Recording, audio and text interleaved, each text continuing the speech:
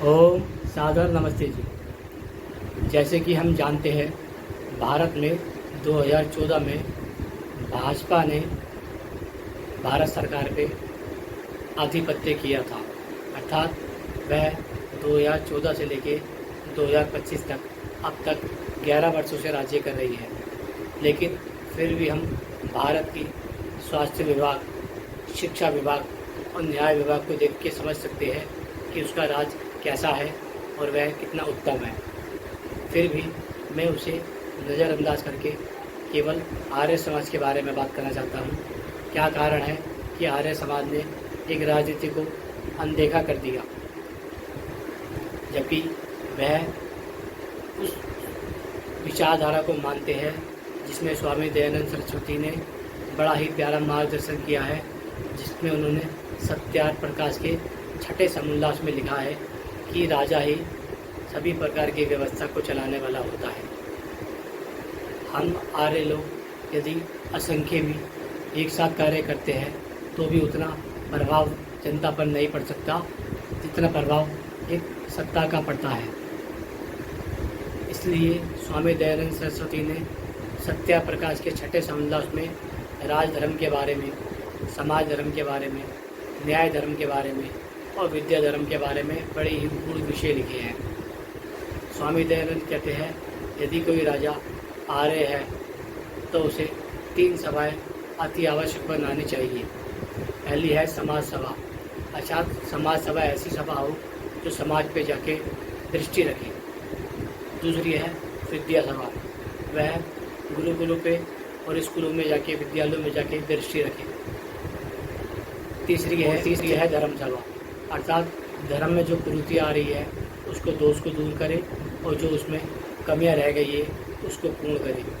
जब हम इन 3 सभाओं को, सामाजिक सभा, विद्या सभा और धर्म सभा को साथ लेकर चलते हैं, तभी एक राजा का अपना दायित्व बनता है कि वह उत्तम प्रजा का निर्माण करे।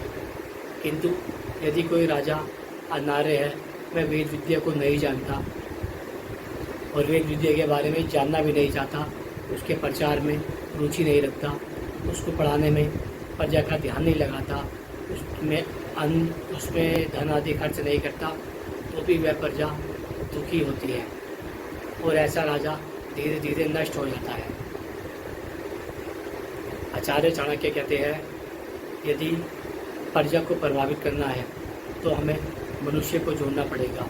मनुष्य को मनुष्य से जोड़ने की जो कड़ियाँ हैं वह विद्या होती है। और सारी सभाओं को यदि कोई शीघ्र ही प्रभावित कर सकता है तो वह सत्ता होती है। सत्ता में इतना सामर्थ्य है जो आर्य समाज के रुके हुए कार्यों को शीघ्रता से चला सकता है। यदि आर्यों ने सत्ता की ओर ध्यान दिया होता तो आज भारत का नक्शा कुछ और होता। आर्य समाज की स्थापना 1875 में की थी। आज लगभग 150 वर्ष हो चुके हैं, किंतु आर्य समाज की राजनीति में कोई भूमिका नहीं है। वह अपने आप को सत्ता से पृथक रखना चाहता है, जबकि वह समाज का सुधार भी करना चाहता है। व्यक्ति जब सत्ता से अलग हो जाता है तो वह सत्ता के अधीन हो जाता है। जो सत्ता के अधीन होता है वह समाज सुधार का कार्य नहीं कर सकता है, क्योंकि समाज सुधार का कार्य और समाज बिगाड़ का कार्य केवल सत्ता के ही हाथ में होता है। यदि आप सत्ता से दूर भागते हैं तो निश्चित समझिए कि आप समाज से दूर भाग रहे हैं। समाज से दूर भागने का प्रभाव ये निकलेगा कि सत्ता जो चाहेगी वही उनके हिसाब से दुष्प्रभाव करेगी। आज वर्तमान में आर्य समाज का सत्ता से दूर रहने का प्रभाव ये हुआ कि अनार्यों ने सत्ता पे शासन किया। यदि वह अनार्य लोग अपने मत का प्रचार करेंगे तो वह स्वतः ही आर्य समाज का खंडन करेंगे। यदि वह आर्य समाज का स्वतः ही खंडन करते हैं तो भी हमें कोई दिक्कत, कोई परेशानी नहीं है। यदि वह किसी व्यक्ति का खंडन करते हैं तो भी हमें कोई दिक्कत और कोई परेशानी नहीं है। किंतु अनार्य लोग वेद विद्या का खंडन करते हैं। वेद विद्या का खंडन करने का अर्थ यही है कि वह परमात्मा की व्यवस्था का खंडन करते हैं। जब कोई परमात्मा की व्यवस्था का खंडन करता है तो इसका अर्थ यही होता है कि वह सत्य, न्याय, मानवीय गुणों का खंडन कर रहा है। और जब कोई सत्य, न्याय और मानवीय गुण का खंडन करता है तो इसका मतलब यही होता है कि कि वह असत्य, अन्याय और आतंकवाद को जन्म दे रहा है। इसलिए आर्य समाज के लोगों को निष्पक्ष होकर केवल सत्ता की ओर जाना चाहिए। जितना वह लेट करेंगे उतना उनके लिए हानिकारक होगा। आर्य समाज कोई जाति, कोई मत, कोई पंथ, कोई संप्रदाय नहीं है। वह एक सुधारवादी आंदोलन है। और यदि आपने धार्मिक सुधार नहीं किया तो इसका कारण यही होगा कि आप भी अधर्मी हैं। यदि आपने सामाजिक सुधार नहीं किया तो इसका कारण यही होगा कि आप असामाजिक तत्व हैं। यदि आपने मानवीय गुण का सुधार नहीं किया तो आप भी आतंकवाद की श्रेणी में आ जाएंगे। इसलिए आर्य समाज को जितना शीघ्र हो सके उतना शीघ्र ही सत्ता में कूच करनी चाहिए। उनके सत्ता में न आने का प्रभाव यह पड़ा, उन्होंने अपना भरोसा भाजपा कार्यकर्ताओं के ऊपर दिखाया। इसका अर्थ यही होता है कि 100 करोड़ की जनता ने या 80 करोड़ की जनता ने केवल भाजपा को अपना हितैषी मान लिया।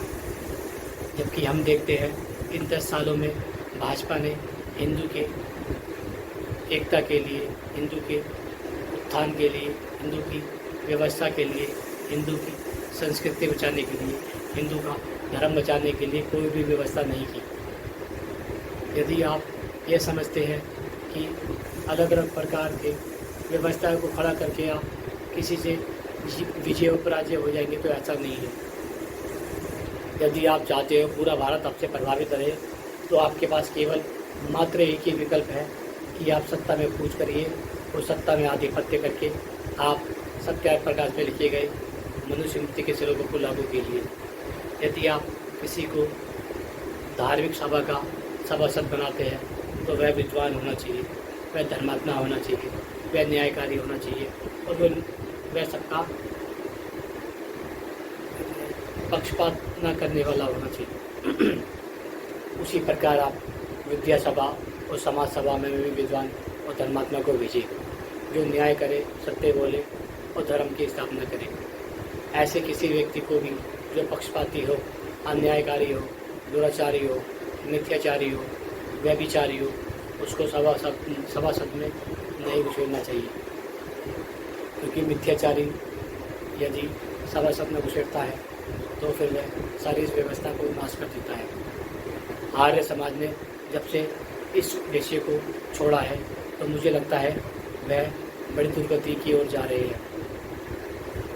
यदि आर्य समाज लगातार 100 साल भी ऐसे या 1000 साल भी या 1 लाख साल भी ऐसा कार्य करता रहेगा तो भी वह उस स्थिति को नहीं पा सकता जो स्थिति उसे सत्ता के आते ही शीघ्र प्राप्त हो जाएगी। क्योंकि आप जितनी संख्या को आर्य बनाएंगे उससे 10 गुना संख्या पैदा हो जाती है, या ये कहे कि हज़ारों गुना संख्या पैदा हो जाती है। तो आप किस किस को आर्य बनाते घूमेंगे? उससे अच्छा यही है कि आप सत्ता की ओर जाइए, सत्ता को पकड़िए, सत्ता पे मजबूती से पकड़ बनाइए और उस पर कब्जा कर लीजिए। जब आप सत्ता पे बैठेंगे तब आप न्याय को स्थापित कर पाएंगे, तब आप समाज की व्यवस्था चला पाएंगे, तब आप न्याय की व्यवस्था चला पाएंगे, तब आप धर्म की व्यवस्था चला पाएंगे, तब आप ईश्वर की व्यवस्था को लागू कर पाएंगे। आज आर्य समाज के सत्ता में ना होने के कारण लोग ईश्वर को अपमानित कर रहे हैं, लोग धर्म को अपमानित कर रहे हैं, लोग आप्त पुरुषों को अपमानित कर रहे हैं, लोग ऋषियों को अपमानित कर रहे हैं, लोग समाज को अपमानित कर रहे हैं, लोग न्याय को अपमानित कर रहे हैं।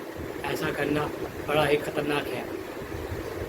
जब समाज का, प्रजा का धर्म पर से, ईश्वर पे से, न्याय पे से और सत्य पे से विश्वास उठ जाता है तब कितना पतन होता है इसकी आप कल्पना भी नहीं कर सकते।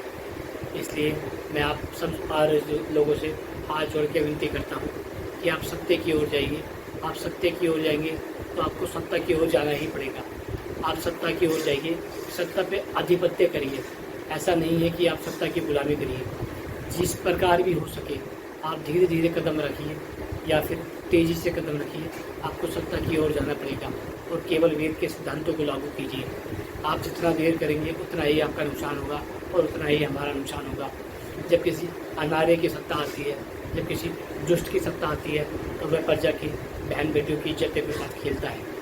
इसलिए मैं आपसे यही विनती करता हूँ कि आप जाकर सत्ता पे आधिपत्य करिए और उस पर शासन कीजिए। ओम नमस्ते जी। एक सब्सक्राइब अवश्य कीजिए और चैनल को शेयर कीजिए।